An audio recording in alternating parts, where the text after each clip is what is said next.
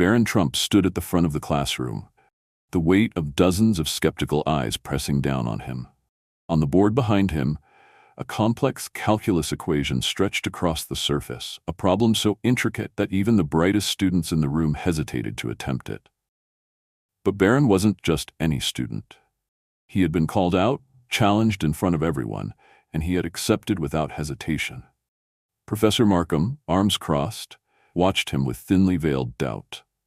She had presented this problem not as a test of skill, but as a statement, a demonstration of how privilege, not merit, dictated success. She expected Barron to falter, to stumble under the pressure, to reinforce the very argument she had built her career upon. The room was silent, except for the faint scratching of chalk as Barron began his solution. Line by line, his method unfolded with precision, his movements confident, but never arrogant. The air in the room grew heavy, tension thick enough to be cut with a knife. Students exchanged glances, some leaning forward in their seats, realizing they were witnessing something far beyond an ordinary math lesson. This wasn't just about calculus anymore. It was about proving that knowledge, discipline, and effort, when truly tested, spoke louder than assumptions and expectations. A charged silence hung in the air as Barron continued his work on the board, his chalk moving with steady confidence. The weight of the challenge pressed upon him, but he showed no sign of hesitation. Every stroke of his solution was deliberate, every number and symbol falling into place with the kind of precision that left no room for doubt. The students watched with growing anticipation, their skepticism slowly giving way to fascination. Then, just as the atmosphere reached its peak, the heavy classroom door burst open. The sudden interruption shattered the tense stillness, drawing every pair of eyes toward the doorway. Dean Richardson strode in, his presence as commanding as his reputation. He was more than just a university administrator. He was an outspoken advocate for the very ideas that Professor Markham had been pushing. A staunch believer that systemic barriers, not individual effort, dictated success. And now he had arrived at the most inconvenient moment possible. "Linda," he called out, addressing Professor Markham with a tone that barely concealed urgency. "We need you for an emergency faculty meeting regarding the curriculum changes. It's important?" For a fleeting second, Markham hesitated. The equation remained unfinished, the challenge still unresolved. She had been the one to put Barron in this position, to demand that he prove himself in front of everyone. Walking away now, leaving this confrontation incomplete, would be an admission of something she wasn't ready to acknowledge.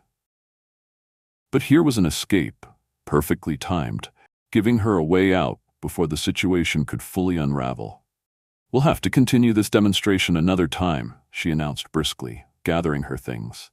It was an attempt to reassert control, to make it seem as if she was choosing to end this, not retreating from it. Before she could take another step, Barron spoke. His voice was calm, yet it carried a quiet authority that made even the dean pause. "Professor, you challenged me to solve this problem in front of everyone," he said, turning to face her directly. Walking away now would teach an unfortunate lesson about academic integrity. A ripple of murmurs spread through the class. Some students exchanged glances, others discreetly lifted their phones, sensing they were witnessing something significant. Dean Richardson's expression darkened. "Young man, are you suggesting—" "I'm not suggesting anything, sir," Barron interrupted, polite but firm. "I'm stating a fact. Dr. Markham issued a public challenge to prove a point about privilege and merit. I accepted. The only question is, will she honor her own challenge?" The room became electric with anticipation. Markham looked between Barron and the dean, caught between the reality of her own actions and the expectations she had set. The moment of decision loomed, and there was no escaping it now. The tension in the room was suffocating. The weight of Barron's words hung in the air, an unspoken challenge that could not be ignored. Every eye in the classroom flickered between him, Professor Markham, and Dean Richardson, waiting to see what would happen next. Markham's fingers tightened around the strap of her bag. She could feel the eyes of her students burning into her, silently demanding an answer. For years, she had prided herself on fostering critical thought, on challenging norms. Yet now she stood on the precipice of becoming the very thing she had spent her career railing against, a figure who dodged accountability when the moment of truth arrived. Barron didn't move, his posture steady, his expression unreadable. But there was something in his eyes, a quiet insistence, not of arrogance, but of unwavering conviction. He wasn't trying to humiliate her. He was simply refusing to let the truth be ignored. For the first time, Markham felt truly cornered. She could leave, but the students wouldn't forget. She could insist that her authority remained intact, but authority meant nothing if it wasn't respected. The only way forward, she realized, was to regain control through action rather than avoidance. She took a breath, forcing her voice to remain even. "Fine," she said, turning back to the board. "You've had your chance, Mr. Trump. Now, let's see if you really understand the mathematics behind your solution." The class held its breath as she picked up the marker. Barron stepped aside, allowing her to take center stage, but he did not move far. His presence beside her was a silent reminder that this was not just about solving an equation. It was about proving that knowledge and integrity were not tied to ideology or background, but to the pursuit of truth itself. Markham started writing, her strokes bold and deliberate, but with every step she took, the hesitation in her movements became more apparent. The complexity of the problem, the very one she had set to challenge Barron, was now working against her. A pause, a frown, a slight shift of the marker in her grip. She reached a point where she could go no further. The room was deathly silent. Then, in an act that took everyone by surprise, Barron gently took the marker from her hand. There was no smugness, no gloating, only quiet resolve. "Perhaps," he said, his voice steady, "we can solve it together." Markham's pride burned, but as she met his gaze, something inside her shifted. This wasn't just about proving a point anymore. It was about what kind of educator she truly wanted to be. A hush settled over the room as Barron stood beside Professor Markham, the marker still in his hand. He had not taken it from her with arrogance or triumph, but with a quiet determination that left no room for mockery. The equation on the board remained incomplete, a stark reminder of the moment they had reached an impasse. The weight of expectation pressed upon them both, not just from the students who watched intently, but from the very nature of the lesson itself. Markham's gaze flickered between Barron and the equation, her mind warring between the need to maintain control and the reality that she had been outmatched. But it was not just about solving a problem anymore. It was about something far greater, something that had taken shape in the unspoken tension of the last few minutes. Her authority as a professor had been built on the idea that she could challenge and critique, that she could dismantle privilege with intellect. Yet now she stood before a student who had not only met her challenge, but had extended an offer of collaboration instead of victory. Barron turned back to the board, his voice steady but not commanding. "Mathematics doesn't favor ego," he said. "It doesn't care who holds the marker. It only asks us to seek the truth."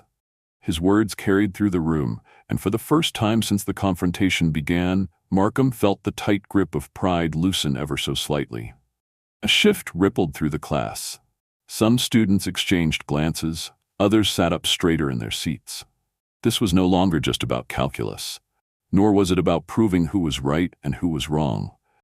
It was about what it meant to truly learn, to admit when one's perspective had been clouded, and to recognize that knowledge should not be wielded as a weapon but shared as a bridge. Dean Richardson, who had remained tense at the back of the room, finally spoke. "Mr. Trump, while your mathematical abilities are commendable, this discussion has gone beyond the scope of today's lesson." His voice was measured, but even he could not hide the subtle acknowledgement that something important had transpired. From the back of the classroom, a voice cut through the air. It was Michael Chen, a scholarship student who rarely spoke. "So are you saying we should learn less math because of someone's political agenda?" A murmur of agreement spread through the room. Other students began to voice their thoughts, not in anger but in firm resolve.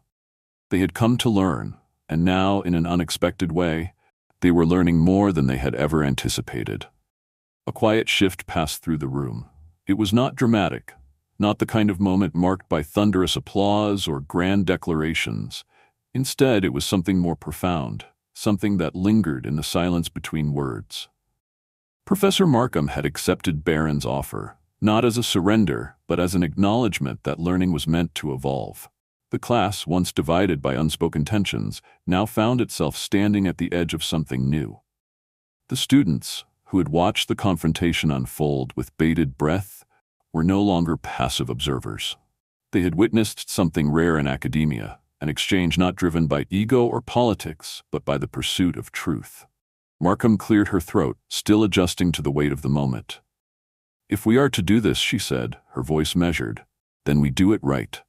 These discussions will remain focused on calculus, on mastering the subject for its own sake." It was not an apology, but it was enough. The students sensed it, so did Barron. Before anyone could respond, movement outside the classroom caught their attention.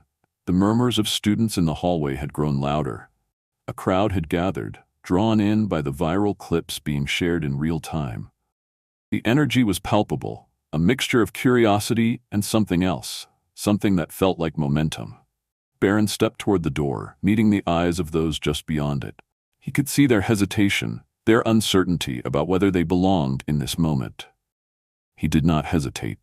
"If you're here to learn," he said, his voice carrying through the room, "then come in. There's plenty of space." For a moment, no one moved. Then, one by one, students stepped inside. They filled the empty chairs, stood along the back wall, sat cross-legged on the floor. Some had never spoken to each other before. Some had barely understood calculus before today. Yet now they were here, drawn together by something greater than a single classroom debate. Professor Markham watched in quiet amazement. She had spent years trying to force conversations about education and privilege. Yet here was something organic, something real. It was a shift she had not orchestrated, but one she had become part of. Barron turned back to the board, the equations still lingering there, as a reminder of how this all began. He lifted the marker, not as a weapon to prove a point, but as a tool to build understanding. "Now," he said, glancing at the new students who had just joined, "let's talk about real-world applications of calculus." The lesson had only just begun. Word of what had happened in Professor Markham's calculus class spread faster than anyone could have predicted. By the next morning, students across campus were talking about it. Some had watched the viral clips, snippets of a moment that had started as a challenge, but transformed into something no one had expected. Others had been there in person, packed into the classroom as Barron Trump turned a confrontation into a conversation, an argument into an opportunity. But no matter how they had heard about it, one thing was clear: something had changed. The impact was immediate. Attendance in Markham's advanced calculus class skyrocketed. Students who had previously avoided her lectures, wary of the divisive atmosphere, now lined up outside the lecture hall, eager to be part of a class where ideas were tested on merit rather than ideology. The shift wasn't just in the number of students, it was in the way they approached learning. Discussions became richer, engagement more genuine.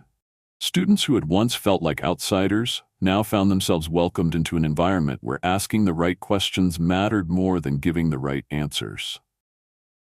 Even the faculty took notice. Some dismissed it as a temporary spectacle, a moment that would fade with time. But others saw it for what it was: a glimpse into what education could be when stripped of bias, when knowledge was valued above narrative. Conversations in faculty meetings shifted. Professors debated how to create spaces where students felt challenged but not alienated, where learning could be rigorous without being politicized. Dean Richardson, once tense and defensive during the confrontation, now found himself re-evaluating the dynamics of the university. He saw the change happening firsthand, in the halls, in the way students engaged, in the quiet but undeniable momentum of a class that had become something more than just another requirement. At the center of it all, Barron remained unchanged.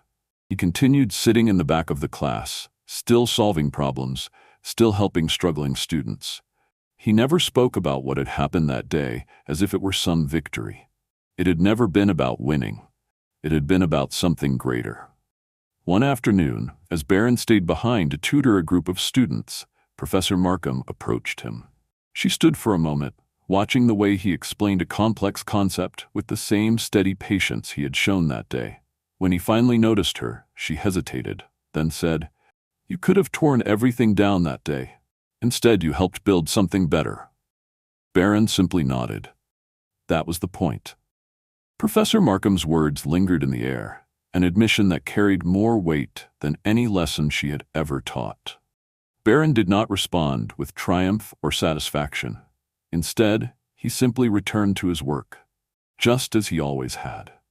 The true victory was never about proving someone wrong. It was about proving that the pursuit of knowledge should always come before personal biases.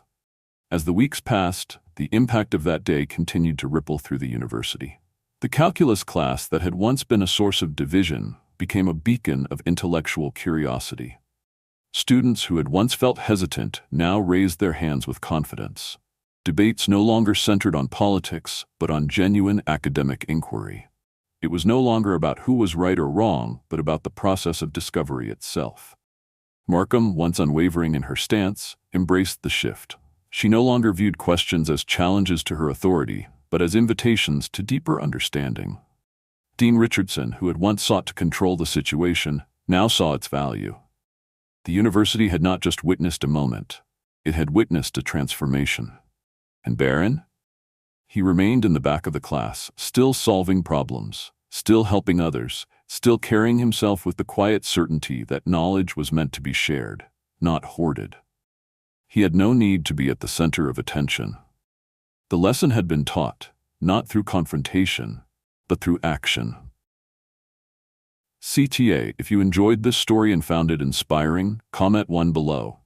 If you think there are ways this content could be improved, comment 2 and let us know your thoughts. And if you want to hear more powerful and thought-provoking stories, make sure to subscribe to the channel and turn on notifications so you never miss an update. Thank you for watching, and we'll see you in the next story.